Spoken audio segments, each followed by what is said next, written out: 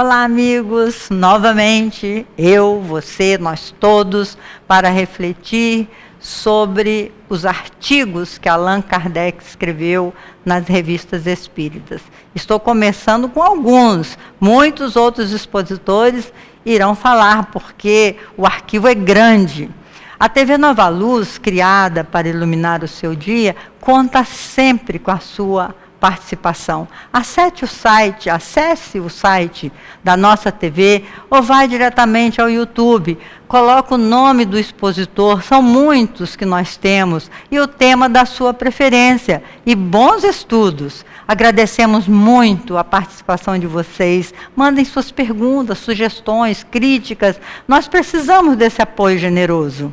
No encontro anterior, realizamos um lindo estudo sobre as metades eternas e concluímos que não somos metade de ninguém. Graças a Deus, somos inteiros, cada um de nós, e podemos ter muitas almas gêmeas. No estudo de hoje, vamos refletir sobre um suicídio que ocorreu em 7 de abril de 1858, em Paris. O suicídio da Samaritana, da Revista Espírita, junho de 1858. No dia 13 de abril, ou seja, 6 dias após a sua morte, Kardec evocou o espírito na tentativa de ajudá-lo, já que ninguém identificou de quem seria aquele corpo. Naquela época, na Cidade Luz, quem não tinha água em casa se lavava com uma toalhinha, esfregando o corpo inteiro, e utilizavam as duchas públicas uma vez por semana. Esse homem foi lavar-se no estabelecimento chamado Samaritana. Nesse artigo, Kardec fala da reunião mediúnica que participava. Vamos ver a reunião mediúnica de Allan Kardec. A primeira ele fala, nesse artigo, Kardec relata que o médium, intérprete das reuniões mediúnicas que frequentava regularmente, era Hermance Dufour, e o mentor da sua reunião, que sempre o ajudava nas evocações e nos esclarecimentos dos fatos, era o espírito de São Luís. Olha como Hermance Dufour era uma mulher bonita, e São Luís, um homem muito charmoso. Kardec, Hermance Dufour e São Luís. A primeira pergunta que fizeram ao espírito foi se ele sabia onde ele se encontrava. O espírito respondeu que não, e pediu se alguém poderia lhe dizer.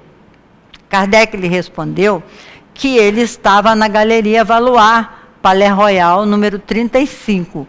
E o espírito desabafou, contando-lhes que estava se sentindo sufocado dentro do caixão, mas que depois, ao encontrar-se ali, se sentia muito mais aliviado, ou seja, fora do caixão.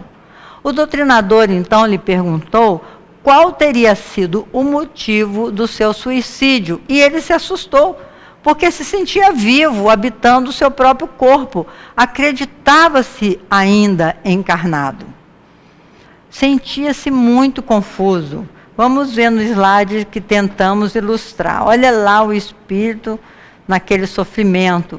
Tentei fugir do sofrimento e acabei me entregando à tortura, disse o espírito. O doutrinador, na tentativa de ajudá-lo a se encontrar, lhe perguntou ainda por que ele não deixou indícios para ser reconhecido e se ele poderia dar seu nome, seu endereço, a sua profissão. Ele respondeu que era um ser desprezado e que ninguém o amava, e por isso não achou importante revelar quem ele era. O doutrinador, então, insistiu.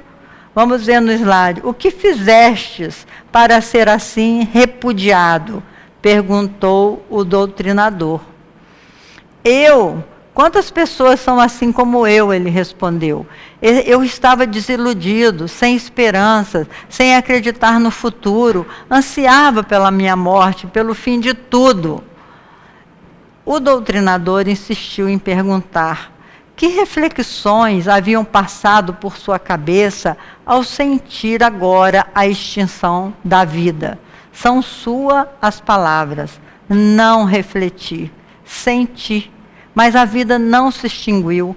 Minha alma está ligada ao corpo, não estou morto, e, no entanto, sinto às vezes os vermes a me corroerem. O espírito estava sendo encaminhado. A partir dessa última resposta, foi São Luís que continuou a explicar o ocorrido para o grupo, enquanto o espírito estava sendo encaminhado para o tratamento. Colocamos a figura de Jesus acolhendo o moço naquele sofrimento, mas a gente sabe que muitos outros espíritos se acercam para nos ajudar na reunião mediúnica a recolher os espíritos sofredores. Esclareceu São Luís: o espírito do suicida fica ligado ao corpo até o termo da existência em questão. A morte natural é a libertação. Tornou-se evidente para o grupo que ele não tinha nenhuma consciência de sua real situação. Seu sofrimento foi a única coisa que nos pôde descrever. Esta dúvida sobre a própria morte é muito comum. Vamos ver no slide seguinte. Será que eu morri? Especialmente nas pessoas recém-desencarnadas, e ainda mais naquelas que durante a vida não elevaram a alma acima da matéria. Se perguntarmos a um indivíduo sonambulizado pela primeira vez se ele dorme, ele responderá que não, porque ele se sente acordado. Kardec está dizendo aqui, se você hipnotiza uma pessoa e o torna sonâmbulo, aí você pergunta para ele se ele está dormindo ou acordado, ele diz que está acordado. Isto porque a ideia do sono prende-se à suspensão de todas as faculdades sensitivas.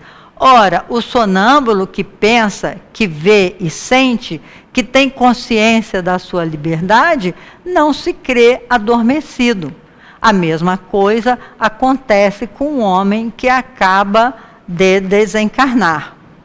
Vamos ver nos slides. Para ele, o que acaba de desencarnar, para ele a morte era o aniquilamento do ser. Como ele continuava vendo, sentindo e falando, não poderia se considerar morto. Ele se sentia vivo, claro. Vai afirmar isso até que adquira a intuição do seu novo estado. No entanto, cada espírito é uma história. Alguns suicidas sentem-se presos ao corpo de tal modo que leva-os a ver e sentir os efeitos da decomposição do próprio corpo. Outros vão para as regiões umbralinas, que é uma região destinada ao esgotamento de resíduos mentais. As pessoas vão para determinadas regiões que a sua mente está.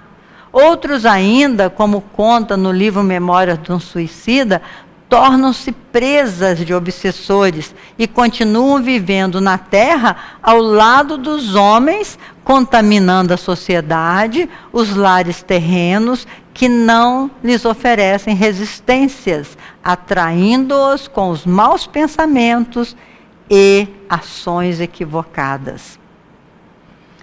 É importante a vigilância do pensamento.